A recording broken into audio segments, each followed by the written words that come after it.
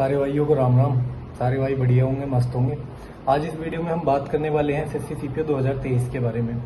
तो इस वीडियो में हम जो है फुल डिटेल्स में कवर करेंगे, शुरू से लेकर लास्ट तक का प्रोसेस, क्या प्रोसीजर है। उससे पहले मैं आपको बता दूं, सीपीओ सेंट्रल पुलिस ऑर्गेनाइजेशन जो एग्जाम है, जो एसएससी कराता है भाई, सीएचएसएल, सीजीएल, एमटीएस या जीडी, सबसे ज्यादा अगर कम कंपटीशन है तो वो सीपीओ में। इसमें जॉब लेना आसान होने के बहुत सारे रीजन है। मेन रीजन इसमें फिजिकल है, क्योंकि सीजीएल में फिजिकल नहीं होता है उतना, और मेडिकल भी इसमें टफ है। और उसके अलावा भाई जो बहुत सारे भाई हैं जीडी वगैरह हिंदी में कर लेते हैं, जीडी में तो इसमें इंग्लिश, तो कहीं ना कहीं सीपीओ बाकी एग्जाम्स के कंपैरिजन में काफी इजी एग्जाम है। और इसको जो भी एमटीएस की तैयारी करते हैं, अगर हाइट वगैरह है, फिजिकल पास कर सकते हैं, तो उनके लिए बहुत इजी हो जाता है इस एग्जाम को देके जॉब लेना। तो इसकी हम बात कर लेते हैं। तो भाई इसका जो है सबसे बड़ा रोल इसमें भाई इंग्लिश का है, क्योंकि 400 में से 250 नंबर की सिर्फ इंग्लिश आती है। इसमें दो आपके प्री और मेंस दो एग्जाम होंगे, जिनमें प्री में आएगी 50 नंबर की इंग्लिश और मेंस में आएगी 200 नंबर की टोटल इंग्लिश। तो भाई इंग्लिश जिसकी बड़ी है तो वो इसके बेस पे बहुत जल्दी से सिलेक्शन अपना इसमें ले सकता है। अब भाई इसमें जॉब की बात कर लेते हैं। इसमें दिल्ली पुलिस और 5 सीएपीएफ की जॉब होती है, सेंट्रल आर्म पुलिस फोर्स, जिसमें सबसे जो अगर डीपीएसआई के बाद अगर कट ऑफ जाती है तो वो सीआईएसएफ की आती है, और सबसे लोअर जो कट ऑफ जाती है वो सीआरपीएफ की लोअर कट ऑफ जाने का एक रीजन ये भी है क्योंकि उसकी वैकेंसी इसमें सबसे ज्यादा होती है। तो इसके अलावा जो दिल्ली पुलिस एसआई के अलावा है सीआईएसएफ, आईटीबीपी, एसएसबी, बीएसएफ और सीआरपीएफ। तो जिन भाइयों को आर्मी में जाना था या जीडी में जाना था और नहीं जा पाए किसी भी वजह से, और अब वो अगर जाना चाहते हैं किसी भी आर्म फोर्स में या दिल्ली पुलिस में, तो सब इंस्पेक्टर बन के वो इनमें जा सकते हैं। उसके लिए एग्जाम के बारे में, क्वालिफिकेशन, एलिजिबिलिटी, हम सारी बातें कर लेते हैं। तो सबसे पहले भाई बात करते हैं इसमें एग्जाम। तो एग्जाम इसमें टीयर 1 और टीयर 2, और उसमें जो टीयर 1 के बाद होता है वो होता है आपका फिजिकल के बारे में भी डिटेल्स में बात करेंगे। उसके बाद जो भाई आपकी मेरिट लगती है वो मेडिकल और डॉक्यूमेंट वेरिफिकेशन होने के बाद लगती है, लास्ट में फाइनल मेरिट। उसके बाद भाई बात कर लेते हैं, एक बार थोड़ा रफ आइडिया लग जाएगा आपको कि कट ऑफ कितना जाता है और हमें कितने लेवल की तैयारी करनी है, कितने मार्क्स लाने जरूरी है। क्योंकि जिन बच्चों को डीपीएसआई चाहिए या अदर पोस्ट चाहिए तो उन्हें एक आइडिया होना चाहिए, बेसिक आइडिया कि उनको करना क्या।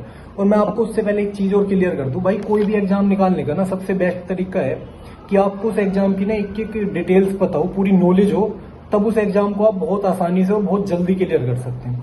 क्योंकि जैसे बोलते हैं ना कि युद्ध में जाने से पहले अगर तैयारी पूरी हो, अगर पता हो कि अपोजिट में कौन है, कैसी उसकी सेना है, तो आप उसको जल्दी हरा पाएंगे। तो वैसे ही एग्जाम है, अगर इसमें आपको जीतना है तो आपको एक एक डिटेल्स पता होनी चाहिए कि हमें शुरू से लास्ट तक करना क्या है। तो उसी के बारे में हम आगे बात करेंगे। तो एक रफ आइडिया के लिए मैं बता देता हूँ दिल्ली पुलिस एसआई की, और लास्ट जो सीआरपीएफ की कट ऑफ सबसे कम लगती है उसकी। तो भाई 2019 में जो जनरल की गई थी वो 323 गई थी मेल की, और 302 गई थी दिल्ली पुलिस एसआई की फीमेल की। और सीआरपीएफ की बात करें तो 261 नंबर गई थी 400 में से जनरल की मेल की, और 268 गई थी आपकी फीमेल की। इसमें कई बार फीमेल की ज्यादा जाने का रीजन ये भी होता है, वैकेंसी कम होती है, कंपटीशन थोड़ा सा फीमेल में जो है टफ हो जाता है, दिल्ली पुलिस सब इंस्पेक्टर वगैरह में या फिर सीआरपीएफ वगैरह में। और भाई ओबीसी की बात करें तो 2019 में 251 आपकी गई थी मेल की, और 265 गई थी आपकी फीमेल की। और एससी वालों की 192, मात्र 400 में से 192 नंबर एससी वालों की मेल की गई थी, और 213 नंबर गई थी फीमेल की। उसके बाद भाई 2020 का जो कट ऑफ का था वो दिल्ली पुलिस की जनरल गई थी 334, काफी हाई थी, और 311 गई थी भाई फीमेल वालों की। और सीआरपीएफ की बात करें तो 284 नंबर पे लास्ट पोस्ट मिल गई थी सीआरपीएफ की जनरल में, और ओबीसी को मिली थी 267, और एससी वालों को 225, और फीमेल को 248 नंबर पे। उसके बाद बात कर लेते हैं भाई फॉर्म कब आएंगे इसके। तो भाई नोटिफिकेशन आपने देखा होगा, एसएससी के नोटिफिकेशन में है कि आपके फॉर्म 20 जुलाई 2023 से स्टार्ट हो जाएंगे, और 30 अगस्त 2023 इसकी लास्ट डेट होगी। और ये वीडियो जो है भाई उनके लिए भी बहुत इंपॉर्टेंट है जो बाद में अगर मेडिकल होता है, डीबी होता है, तो उस समय आपको बड़ी प्रॉब्लम होती है कि क्रिटिकल डेट से पहले का नहीं है, क्रिटिकल डेट के बाद का है, या जो भी आपका कास्ट सर्टिफिकेट है, ग्रेजुएशन है। तो भाई फॉर्म की लास्ट डेट ही 30 अगस्त 2023 आपकी क्रिटिकल डेट रहने वाली है। तो आप कोशिश करें, आपकी ग्रेजुएशन उससे पहले हो चुकी है और कास्ट सर्टिफिकेट भी आप उससे पहले बनवा के रख लें अभी से, क्योंकि भाई बाद में मैंने अपनी जो एक्सपीरियंस शेयर किया था एसएससी सीपीओ 2022 के मेडिकल का, तो उसमें आपने देखा होगा बहुत सारे डाउट्स आए थे भाइयों के कि मतलब कास्ट सर्टिफिकेट को लेके या ग्रेजुएशन को लेके। तो कोशिश करो यार अभी से ही अपने जो डॉक्यूमेंट्स है उनको कंप्लीट कर लो, ताकि बाद में आपको कोई इशू ना आए। क्योंकि भाई यार मेडिकल तक पहुंचना ही अपने आप में एक बड़ा टास्क होता है, और जब मेडिकल में पहुंचते हैं उसके बाद निकलना बहुत बड़ा दुख होता है। तो ऐसा किसी के साथ ना हो, इसके लिए ये बहुत सारे, मैं ही वीडियो नहीं बना रहा हूँ, बहुत सारे भाई बनाते हैं। वो इसीलिए है कि ताकि आप पहले से ही अपना कंप्लीट होके चलें। अब जैसे इसमें फिजिकल होता है तो बहुत सारे भाई क्या है, अगर मान लो वो 1600 मीटर रनिंग नहीं कर पाते हैं 6.5 मिनट में, तो वो अगर अभी से करेंगे तो वो तब तक अपना फिजिकल क्लियर कर लेंगे। वरना जो भाई उसी समय अगर तैयारी करते हैं तो उनके लिए बहुत मुश्किल हो जाता है, क्योंकि 1600 मीटर हर कोई नहीं कर सकता। जो पढ़ाई करते हैं उनके लिए मुश्किल होता है, आर्मी जीडी वाले बच्चों के लिए फिर भी बहुत आसान होता है। उसके बाद भाई बात कर लेते हैं एज क्राइटेरिया क्या है।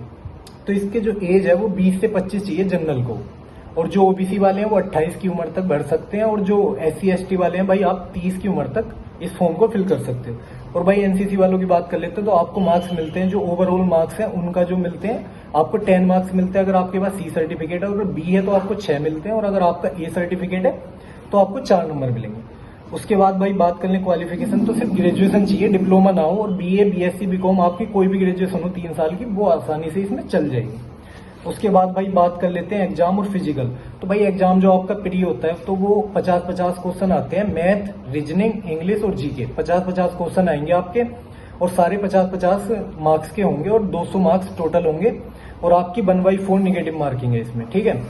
उसके अलावा भाई 2 घंटे मिलते हैं इस एग्जाम को करने के लिए। एग्जाम को कैसे करना है या सब्जेक्ट क्या क्या है और इनको पढ़ना कैसे है उसके बारे में हम बाद में बात कर लेंगे। फिलहाल एक बार प्रोसेस समझ लेते हैं, आपको एक मोटा आइडिया लग जाएगा, तो आप अपनी तैयारी अभी से शुरू कर सकते हो। मैं बीच में आपको एक बात भी बता दूं, जो भाई SSC CPO 2022 वाले हैं जिनका किसी भी वजह से फिजिकल नहीं हुआ था या मेडिकल में अगर वो आउट हुए हैं और उन्हें लग रहा है अगली बार वो मेडिकल को क्लियर कर लेंगे, तो अभी से ही वो अपनी तैयारी में लग जाए। या बहुत सारे भाई होंगे जिन्हें दिल्ली पुलिस सब इंस्पेक्टर चाहिए था पर उनके मार्क्स कम है, इस बार नहीं मिलेगा, या कोई और भी है जिन्हें CISF चाहिए था या इस बार डिजायरेबल पोस्ट नहीं मिलेगी, आप भी अपनी तैयारी अभी से शुरू कर दो। और बिगिनर्स तो भाई आपसे तो ये समझ लो, आपको तो नोटिफिकेशन आने से पहले अभी से तैयारी कर देनी चाहिए। मैंने तो अपनी SSC CPO 2023 की जर्नी स्टार्ट कर दी, और कोशिश करूंगा कि जो मेरे एक्सपीरियंस है, जैसे मैं तैयारी कर रहा हूँ या की थी मैंने, वो एक्सपीरियंस वीडियो के माध्यम से आपके साथ में साझा करता रहूंगा। तो आगे बढ़ाते हैं। उसके बाद भाई आपका होता है फिजिकल। अब फिजिकल में बात कर लेते हैं PST और PET, फिजिकल स्टैंडर्ड टेस्ट और physical efficiency test. Physical standard test में जो है आपकी आ जाती है ये नाप तोल वगैरह। हाइट चाहिए भाई मेल को 170 सेंटीमीटर और फीमेल को चाहिए 157 सेंटीमीटर, और चेस्ट चाहिए मेल को 80 से 85 सेंटीमीटर, 5 सेंटीमीटर का फुलाव चाहिए होता है मेल को। फीमेल को इसमें चेस्ट की कोई जरूरत नहीं होती। उसके बाद भाई हाइट में जो है, जब मैं फिजिकल में गया था तो हिल एरियाज वालों को जो है वो मिलता है उनको रिजर्वेशन। तो बता देता हूँ, जो जनरल OBC या SC वाले हैं उनकी हाइट चाहिए होती है 165 सेंटीमीटर और फीमेल में चाहिए होती है 155। उसके अलावा जो ST वाले भाई होते हैं उनको 162.5 162.5 सेंटीमीटर आपको मेल को चाहिए और 154 सेंटीमीटर फीमेल को चाहिए। भाई SC वगैरह को इसमें हिल एरिया का रिजर्वेशन सिर्फ 165 सेंटीमीटर है, आपको ST के बराबर नहीं मिलता। उसके बाद भाई बात कर लेते हैं PET, फिजिकल एफिशिएंसी टेस्ट। इसमें भाई आपका जो होता है एंड्योरेंस टेस्ट में आपका 1600 मीटर सबसे पहले रनिंग कराई जाती है 6.5 मिनट में मेल के लिए, और 800 मीटर जो कराते हैं वो फीमेल के लिए कराते हैं, उनको 4 मिनट का समय मिलता है। और 100 मीटर कराते हैं मेल को 16 सेकंड में करनी होती है, और फीमेल को 800 मीटर जो है वो आपको 18 सेकंड मिलते हैं 100 मीटर के लिए फीमेल को, और 16 सेकंड मिलते हैं मेल को। और भाई इनमें जो है आपको एक ही चांस मिलता है, ऐसा नहीं है कि आप अगर एक बार रनिंग नहीं कर पाए एक बार में तो आपको दोबारा चांस नहीं मिलेगा। जबकि जो अदर है long jump, high jump, short put, इनमें आपको 3-3 चांस मिलते हैं। तो लॉन्ग जंप की बात कर लेते हैं। 3.65 मीटर चाहिए लगभग 12 फीट मेल को, और 2.7 मीटर चाहिए फीमेल को लॉन्ग जंप एक बार को आसानी से सब कर लेते हैं, पर जो मेन इशू आता है भाई, शॉर्ट पुट भी सभी कर लेते हैं, पर जो मेन इशू आता है वो हाई जंप में आता है। तो जिनकी हाई जंप नहीं हो पाती है तो वो अभी से ही प्रैक्टिस कर ले। मैं बता देता हूँ कि 1.2 मीटर मेल को चाहिए, लगभग बैठती है 4 फीट से कम थोड़ा सा, 3.93 के समथिंग। 3.93 फीट आप तैयारी करना 4 फीट के हिसाब से मेल, और फीमेल को जो है वो 0.9 मीटर हाई जंप करनी होती है। उसके अलावा भाई शॉर्ट पुट में आपको 4.5 मीटर वो गोला फेंकना होता है 16 LBS का। उसके बाद भाई बात कर लेते हैं फिजिकल में जो भाई पास होंगे उनको देना है पेपर सेकंड आपका CPO का मेंस। वो उसमें 200 क्वेश्चन आते हैं इंग्लिश के और 200 मार्क्स के होते हैं वो, और 1/4 निगेटिव मार्किंग और 2 घंटे मिलते हैं। भाई 2019-20 का जब एग्जाम था मेंस का वो काफी फिर भी इजी था, पर जो 2022 का मैंने भी दिया था वो थोड़ा टफ आया था, और उसका टफ आने का ये भी रीजन था कि उसमें जो क्लोज टेस्ट थे, PQRS थे, या फिर जो आपका कॉम्प्रिहेंशन था वो थोड़ा हार्ड था।